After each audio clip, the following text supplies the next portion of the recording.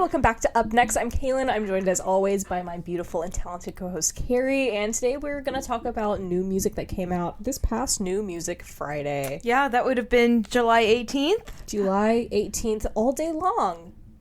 Around then. How was your July 18th? What did you get up to on July 18th? That was Friday. Yeah, this past Friday, 2 days ago. I had work. I had work too. And how exciting. I think I walked the dog yesterday. Yeah. I took a nap. Anyway, let's talk about some albums that came out. That'll be a lot more interesting than trying to remember what we did Friday. No, we went somewhere. Okay, anyway.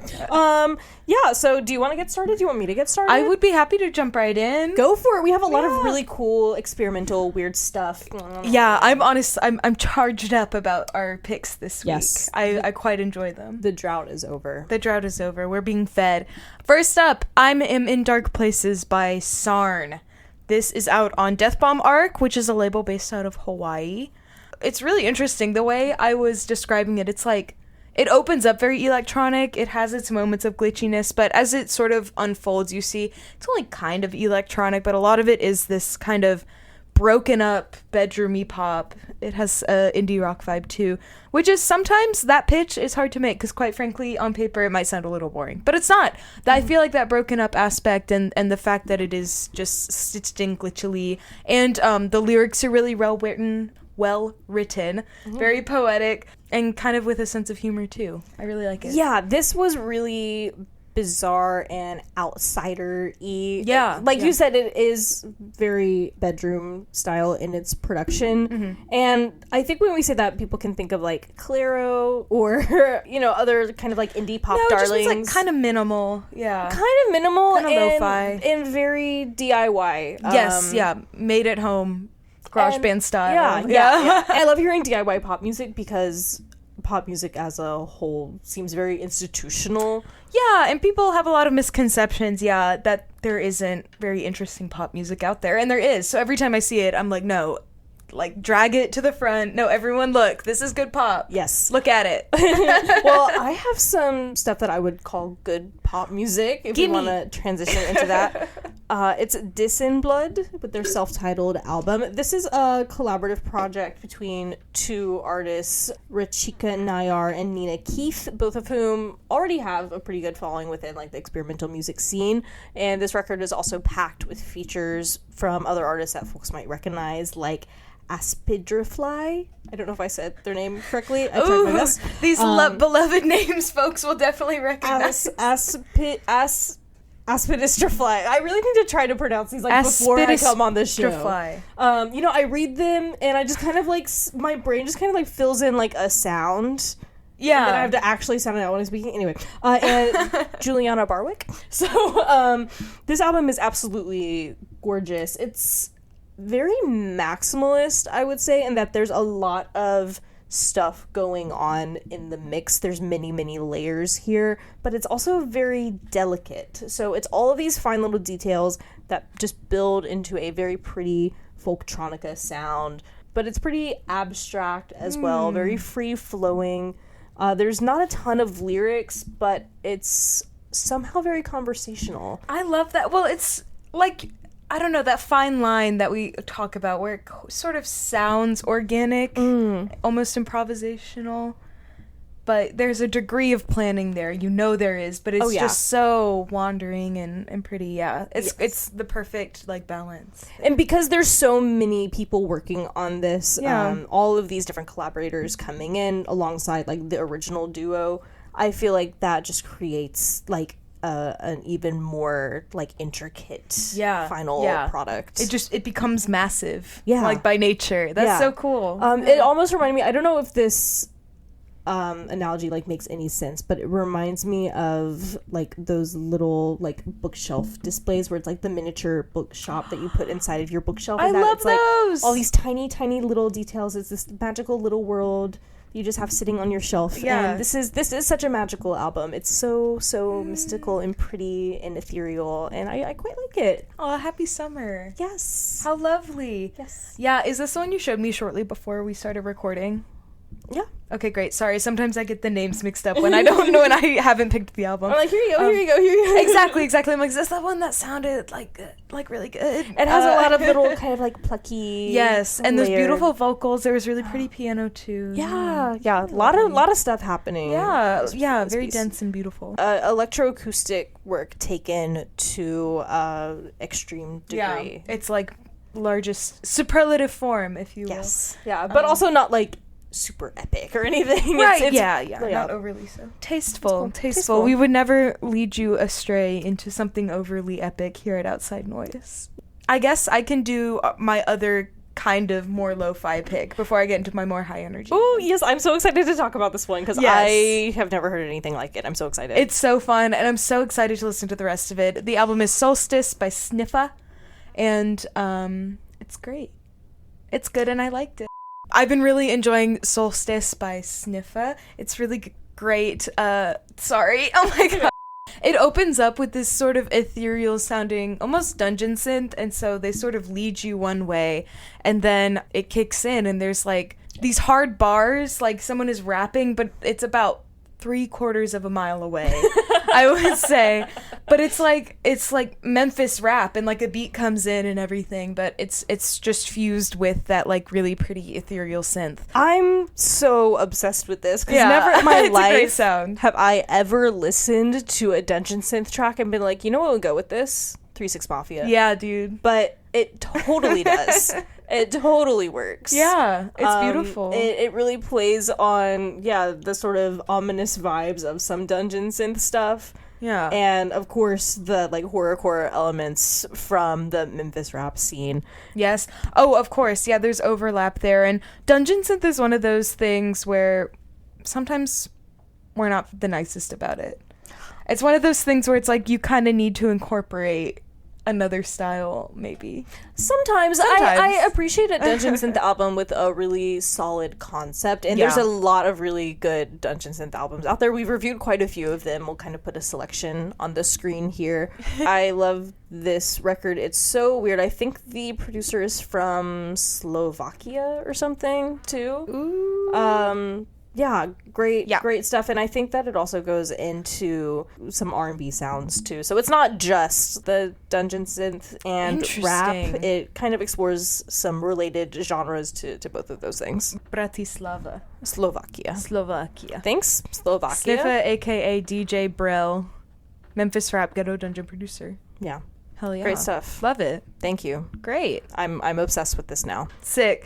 You have one more album? 2 more albums? Oh, yeah. I guess it's my turn. I talked so much about that album. I just forgot that I still have more. Okay. I'm going to talk about another summertime album. We're feeling very summery. And this album is a kind of unusual pick for me. I'm talking about The Way a Thundercloud is Happy by Super Bazaar. This is really pretty harp-driven indie alternative, also a little bit of like R&B and like jazzy flair to it, but I can't really categorize this into one thing, which is why I just called it indie broadly. But those really rich string arrangements are what really drew me in, and the songs are so bright and summery but convey a lot of emotional depth. And the lyrics are very poetic and abstract too, so it's like experimental and fun, but with like a sort of melancholy to all of it. It's like the last week of summer vacation. Oh my god. Where it's like you're kind of like tired of summer, very much the dog days of summer vibes, where you're like, looming. okay, yeah, I'm ready. Like, you don't want to go back to school, but you're like, what else is there? What else is there? Yeah, it's all pretty like down tempo too. It gets more like psychedelic and weird the more you go into the album, but those really beautiful strings remain as like the focal point of the mix. Yeah, the backbone upon which everything else goes. And it all just works. Yeah, I love these kind of like whispered vocals. Yes, with all of it. Everything this week, we're going for like harmony. We're going for blending. We're going for everything being smooth. In the arrangement. This has very little to do with the album, but when I was a kid and it would be time to go back to school, for the first few weeks, I'd be like trying to keep this perspective in my head. I'm like, no, if I just like keep carefree and fun like I was having in summer break, but my school assignments are just like these little things that I'm doing. Because we were talking about this recently, we would have summer assignments. So I would have reading or a math workbook or a project to complete or something over the summer. Yes. And so I'm like, what if I just like treat it like that? But the thing is, you're at school for like 8 hours a day, so obviously it's not that. I see. It's hard for me to relate since I didn't go to school. I played in the creek. You played in the creek instead of going to school. Well, I went to school and I tried very hard and I did very well. Oh my god, congratulations. However, that mentality of like trying to be carefree and stress-free during school, like I am in the summer break, it did not happen. Never quite works the way that you want it to. No, things happen. Things get busy. You make commitments, whatever. And I feel like the album that you're about to wrap us up with here also kind of carries a little bit of that stress, of that stressed out back to school feeling. Is this the back to school episode? No! Since when? I don't know. You just think of the font name? Is that what's I thought about this sort of like pissed off punk rock attitude. Let's chat about Parents it. just don't understand. My last album is Rot in Helvetica by BODEGA. You know, you listen to it, it's obviously got its roots in very classic punk. It's got a proto-punk sound, really charged and fun, but it also has the tag of post-punk, and we were kind of talking before that, like, in what way? But I can kind of see it. I don't know. Is it BODEGA or NoDega?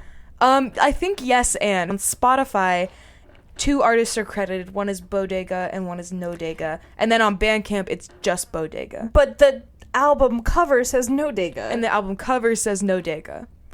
So jot all that down. So good luck. There will be a test. And maybe it is the back to school episode. Yeah, I mean, listen, sometimes we get these punk albums and there's not much else to say besides it's good ass punk. No, this is great. I really like this sort of stripped back sound too. It's lo-fi but not super fuzzy or distorted. Yeah, and it almost has those, like, I guess you would just call it proto-punk. It's like proto-hardcore. Yeah, this like is early kind of hardcore. A little bit early hardcore, but even earlier stuff. Yeah, like the Stooges. And more of that like early New York scene.